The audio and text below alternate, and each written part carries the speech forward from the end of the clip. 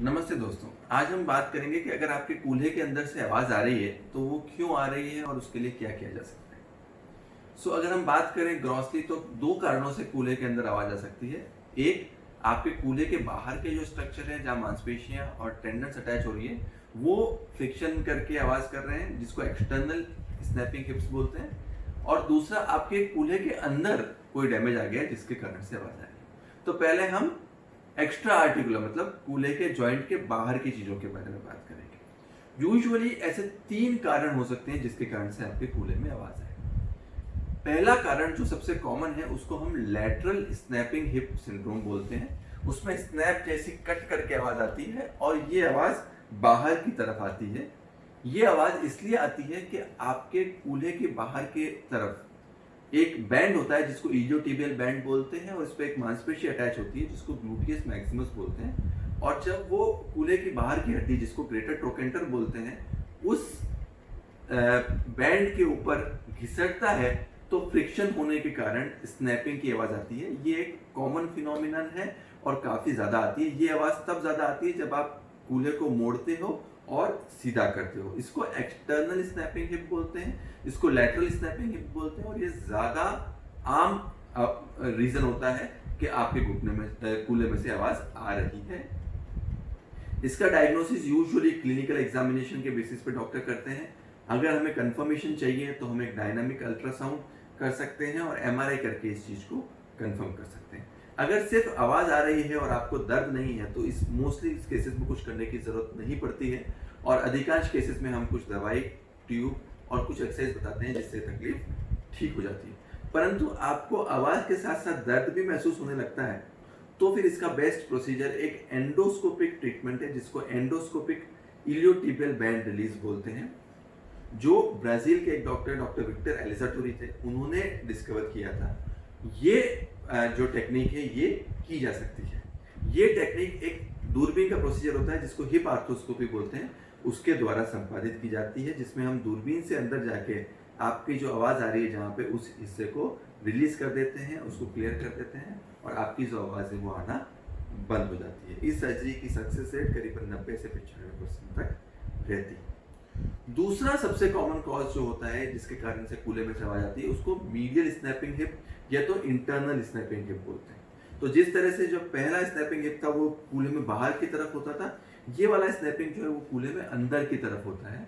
और ये इसलिए होता है कि अंदर की तरफ एक टेंडन होती है जिसको इलियोसोआस टेंडन बोलते हैं और वो इलियोपेक्टिनल एमिनेंस जो आगे की जो आपकी हिप की बॉर्डर होती है वहां से वो क्रॉस करता है और उसके कारण वहां पे क्रॉस होने के कारण जब आप अंदर आपका कूल्हा मोड़ते हो और सीधा करते हो तो वहां पे आवाज आनी शुरू हो जाती है। तो इसको हम इंटरनल या तो मीडियल स्नैपिंग हिप सिंड्रोम बोलते हैं। यूजुअली आप बाहर की तरफ से और अंदर की तरफ पाँव को घुमाओगे तो ये तकलीफ ये स्नैपिंग ज्यादा देखने को मिलती है। तीसरी स्नैपिंग बहुत रेयर होती है जो पीछे की साइड में देखने को मिलती है और ये बाइसेप्स फेमोरिस टेंडन के इशियल ट्यूबरोसिटी पे फ्रिक्शन होने के कारण देखी जा सकती है। तो ये सब एक्स्ट्रा आर्टिकुलर कॉजेस थे जो आपके कूल्हे के बाहर होते हैं। एक ग्रुप ऐसा होता है जो कूल्हे के अंदर, जैसे कूल्हे के अंदर जो है आपके कार्टिलेज में लॉस हो गया, छोटी छोटी लूज बॉडीज हैं जो हड्डी के टुकड़े सेपरेट होकर अंदर फ्री होकर घूम रहे हैं, या फिर एक लिगामेंटम टीरिस नाम का स्ट्रक्चर होता है वो टूट गया तो वो मैकेनिकल प्रॉब्लम करके अंदर लॉक कर सकते हैं और आवाज आ सकती है। ये कम इंटेंसिटी की आवाज होती है और ये हर मूवमेंट के साथ नहीं आती है। इसको क्रेपिटस भी बोलते हैं या क्लिक्स भी बोलते हैं। ये ऑडिबल होती है, मतलब आपको सुनाई देगी और उसके साथ साथ आपको लॉकिंग जैसा महसूस हो सकता है। अगर ये होता है तो आपको आइडियली एमआरआई कराना चाहिए और एमआरआई में अगर लूज बॉडी दिख रही है या तो पाल्पेबल कॉन्ड्रल फ्रैगमेंट्स दिख रहे हैं तो हमें दूरबीन का ऑपरेशन जिसको हिप आर्थ्रोस्कोपी बोलते हैं उसको करने की रिक्वायरमेंट आ सकती है। अगर ये तकलीफ ज्यादा बढ़ जाती है और आपके कूल्हे में ज्यादा घिसारा हो जाता है या कूल्हे में ज्यादा डैमेज हो जाता है तो वैसे केसेस में हिप रिप्लेसमेंट सर्जरी करने की रिक्वायरमेंट आ सकती है।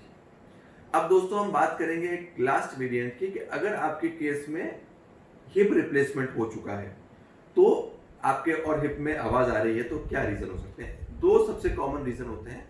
पहला रीजन जिसको हम बोलते हैं स्क्वीकिंग हिप सिंड्रोम। ये स्क्वीकिंग हिप ज्यादातर उन मरीजों में देखने को मिलती है जिनमें सिरेमिक ऑन सिरेमिक टाइप का जॉइंट हम करते हैं और उस केसेस में जब सिरेमिक दोनों सिरामिक एक दूसरे से ऊपर रगड़ खाते हैं तो स्क्विकिंग नॉइज आ सकती है। ये नॉइज बहुत घबराने वाली बात नहीं होती है और मोस्टली केसेस में इसका कोई बहुत सिग्निफिकेंस नहीं होता है, पर आप जब चलोगे तो चूं चूं चूं की आवाज़ आ सकती है। दूसरा जो कॉज होता है वो अगेन इंटरनल स्नैपिंग हो सकता है, जिस केस में आपका जो प्रोस्थेसिस इम्प्लांट किया गया है उसके ऊपर जैसे हमने बताया था कि मीडियली है तो इंटरनल स्नैपिंग जो होती है, तो इलियोपसोआस टेंडन उसके ऊपर जो प्रोस्थेसिस है उसके ऊपर रगड़ खाए और उसके कारण से वो इंटरनल स्नैपिंग है तो मीडियल स्नैपिंग की आवाज़ आ सकती है।